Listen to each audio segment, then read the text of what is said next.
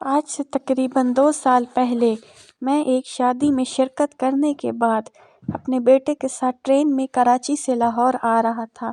گاڑی جب روہری اسٹیشن سے گزری تو ہم دونوں نے کھانا کھایا اور اپنی اپنی برتھ پلیٹ پر لیٹ گئے۔ اچانک گاڑی میں موجود لوگوں نے شور مچانا شروع کر دیا کہ ٹرین میں آگ لگ گئی ہے۔ آگ انجن کے نزدیک 2 بوگیوں میں لگی تھی، مگر گاڑی ہوا کی رفتار سے جا رہی تھی۔ آگ کے شعلے تیزی سے دوسری بوگیوں کو اپنی لپیٹ میں لے رہے تھے۔ لوگوں نے زنجیر کھینچ کر گاڑی روکنے کی کوشش کی اور آخرکار گاڑی ایک زبردست جھٹکے سے رک گئی۔ جان بچانے کے لیے لوگوں نے ٹرین سے چھلانگ لگا دی۔ بہت سے لوگ انسان دوستی کے جذبے سے کمزور اور پھنسے ہوئے مسافروں کی مدد کر رہے تھے۔ میں بھی اس نیکی کے کام میں اپنے بیٹے کے ساتھ مل کر لوگوں کی مدد کرنے لگا۔ ہماری بوگی انجن سے ذرا دور تھی اور تپش کم تھی۔ قریبی گاؤں کے لوگ بھی مسافروں کی مدد کے لیے آ گئے تھے۔ ہر طرف چیخ و پکار کی آوازیں گونج رہی تھیں۔ اچانک میری نظر ایک بوڑھی عورت پر پڑی جو ایک بھاری صندوق کے نیچے دبی ہوئی تھی اور بری طرح زخمی تھی۔ اس کے سر اور منہ سے خون نکل رہا تھا۔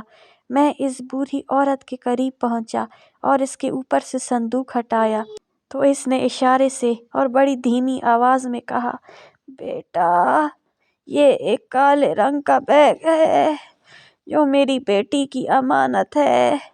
تم اس بیگ کو میری بیٹی تک پہنچا دینا۔" میں نے بیٹی کا نام اور پتہ معلوم کرنے کی کوشش کی تو اس کے منہ سے صرف اتنا نکلا کہ وہ ملتان میں رہتی ہے اور اس کا نام رضیہ ہے اور وہ اسکول۔ یہ کہتے کہتے بڑھیا کی جان نکل گئی۔ میں نے اپنے بیٹے سے کہا کہ وہ اس کالے بیگ کو اپنے سامان کے ساتھ محفوظ کر لے، کیونکہ اگر پولیس آ گئی تو ہمیں کوئی چیز اٹھانے نہیں دے گی۔ لہٰذا ہم نے وہ بیگ اپنے سامان کے ساتھ محفوظ کر لیا۔ گھر پہنچنے کے بعد بوڑھی عورت کی امانت کو اس لڑکی تک پہنچانا چاہا، مگر پتہ نامکمل تھا۔ پھر بھی میں نے ہمت نہ ہاری اور اپنے بیٹے کے ساتھ ملتان آیا اور مختلف اسکولوں میں رضیہ نام کی استانی یا اس نام کی کسی دوسرے اسٹاف کے بارے میں معلوم کیا تاکہ یہ بیگ ہم اسے دے دیں۔ ہماری تمام تر کوششوں کے باوجود وہ لڑکی نہ مل سکی۔ اور پھر ہم واپس لاہور آ گئے۔ کچھ عرصہ گزرنے کے بعد ایک دفعہ پھر ہمارا ملتان جانا ہوا۔ اس بار ایک عزم کے ساتھ رضیہ کی تلاش شروع کر دی۔ اب ہم جس جگہ بھی جاتے لوگوں سے رضیہ نامی لڑکی کے متعلق حاصل کرنے کی کوشش کرتے۔ ایک شخص نے بتایا کہ وہ نام تو نہیں جانتا، البتہ ہمارے محلے میں ایک عورت رہتی ہے جس کی والدہ کا انتقال ٹرین کے حادثے میں ہوا تھا۔ ہم اس شخص کے ساتھ وہاں گئے تو معلوم ہوا کہ اس کا نام رضیہ ہے اور وہ اسکول کے قریب ایک چھوٹے سے گھر میں رہتی ہے۔ مزید معلوم کرنے پر رضیہ نے بتایا کہ اس کی ماں کے پاس میرا کچھ روپیہ اور زیور تھا۔ وہ زیورات میری والدہ مجھے واپس کرنے کے لیے ٹرین سے آ رہی تھی کہ یہ حادثہ پیش آ گیا۔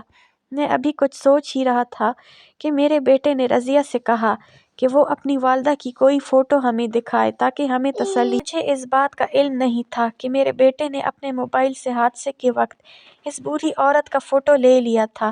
فوٹو دیکھ کر ہمیں تسلی ہو گئی کہ وہ بوڑھی عورت واقعی میں رضیہ کی ماں تھی۔ ہم نے کالا بیگ ابھی تک کھول کر نہیں دیکھا، مگر جب رضیہ کی موجودگی میں ہم نے بیگ کھولا تو واقعی اس میں سونے کے زیورات اور نقد پیسہ تھے۔ ہم نے وہ بیگ رضیہ کے حوالے کیا تو رضیہ کی آنکھوں میں خوشی اور غم کے آنسو تھے۔